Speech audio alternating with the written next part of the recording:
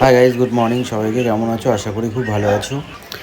আমরা এই মুহূর্তে এনজিপিতে নেমে গিয়ে গ্যাংটকের গাড়ি ধরা হয়ে গেছে আমাদের। আমরা এখন গ্যাংটকে যাচ্ছি গাড়ি নিয়ে, সবাই একসঙ্গে, প্রায় আমাদের 9 জনের একটা গ্রুপ।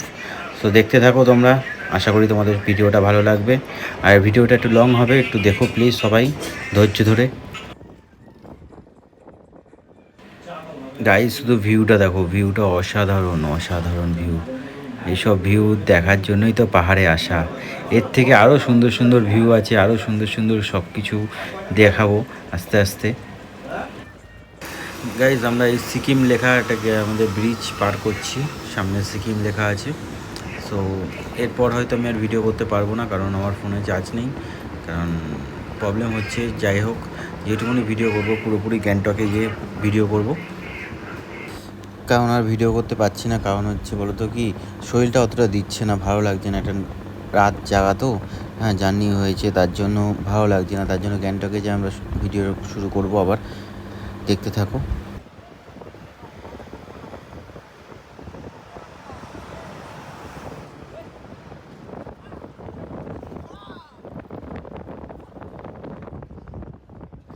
হাই গাইস, আমরা গ্যাংটকে ঢুকে গেছি।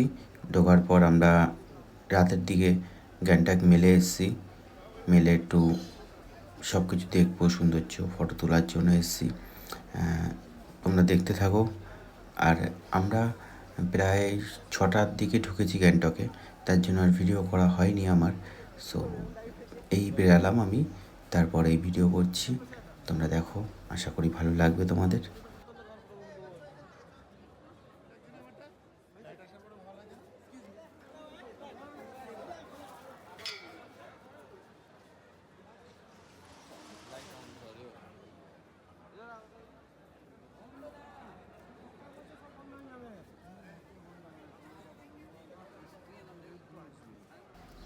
গাইস, আমরা শুনলাম গ্যাংটকের সামনেই, আমরা যেখানে মেলে ছিলাম, মেলে এসেছি, সেখানেই একটা মন্দির আছে। সো মন্দিরটা একটু ভিজিট করতে যাচ্ছি, দেখা যাক কি হয়। জানি না, এখন হাতে 9টা বাজে সময়। সো জানি না কি হবে, দেখা যাক খোলা থাকবে না বন্ধ থাকবে, দেখি। এই গাইস, এই সেই মন্দির। এইটা হচ্ছে একটা বুদ্ধ মন্দির। এই দাদাটা বন্ধ করে দিচ্ছিল মন্দিরটা, কিন্তু আমরা যখন বললাম যে দাদা একটু ওয়েট করে যাও, একটু মন্দিরটা দেখি, দাদা বললো ঠিক আছে চলো তোমরা দেখো, কিন্তু মেন গেট খোলা হবে না, মন্দিরের দরজা খোলা হবে না, তুমি নর্মালি দেখে নাও বাইরে থেকে। সো আমরা তাই বাইরে থেকে একটু ভিজিট করছি। মন্দিরটা অসাধারণ, মন্দিরটা খুব সুন্দর।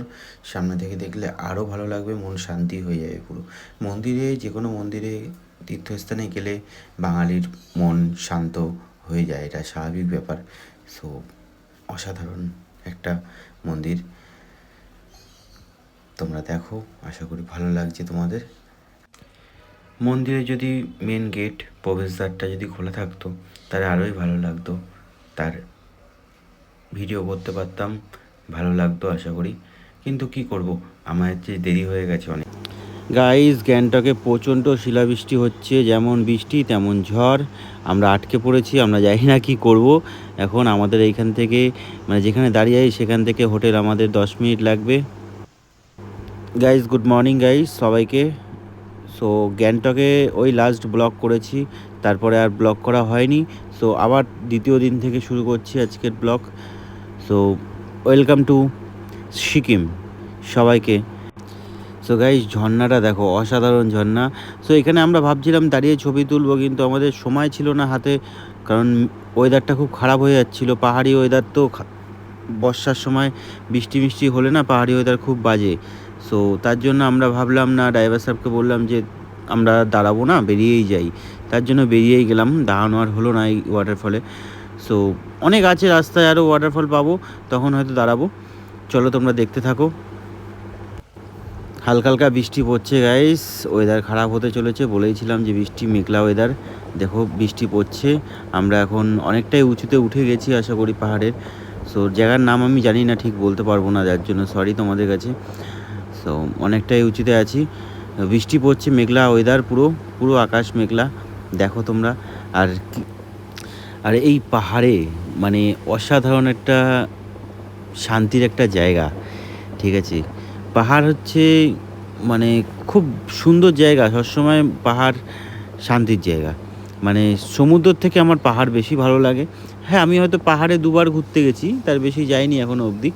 সো আবার যখন সুযোগ হবে অবশ্যই যাব, ঠিক আছে? সো সত্যিই খুব ভালো লাগে। পাহাড় পাহাড়ের মতন, সমুদ্র সমুদ্রের মতন, দুটো রূপ আলাদা সবসময়ের জন্য। গাইস, আমরা কিন্তু অলরেডি মেঘের মধ্যে দিয়েই যাচ্ছি বলতে পারো, ঠিক আছে? আমাদের সামনে কিন্তু প্রচুর মেঘ। হ্যাঁ, মেঘের সামনে দিয়ে আমাদের যাওয়া আসা চলছে, ঠিক আছে?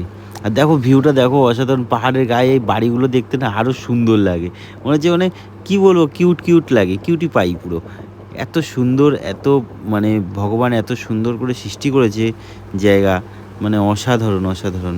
মুখের কোনো ভাষা থাকে না বলার। এই দেখো এত সুন্দর ভিউ, এত সুন্দর ভিউ, বৃষ্টি পড়ছে তার মধ্যে, হালকা বৃষ্টি, হালকা পুরো মেঘলা ওয়েদার, হালকা অসাধারণ অসাধারণ।